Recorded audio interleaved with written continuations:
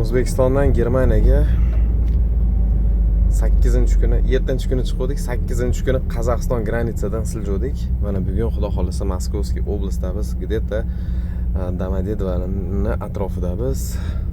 Bizda soat 20:40 bo'ldi.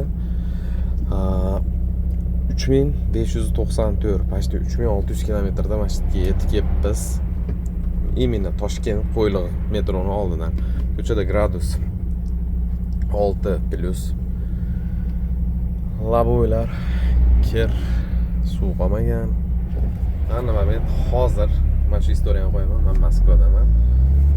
Bugun 12-aprel. Demak, bizga chiqqanimizga 5 kun, yurganimizga 4 kun bo'ldi. 4 kunda biz Moskvaga yetib keldik. Orada ko'rdilaring, ishlar bo'ldi. Shular bilan mana Moskva, hozir Balabanovaga to'xtayman. Moskvada kim bo'lsa, hammaga salom.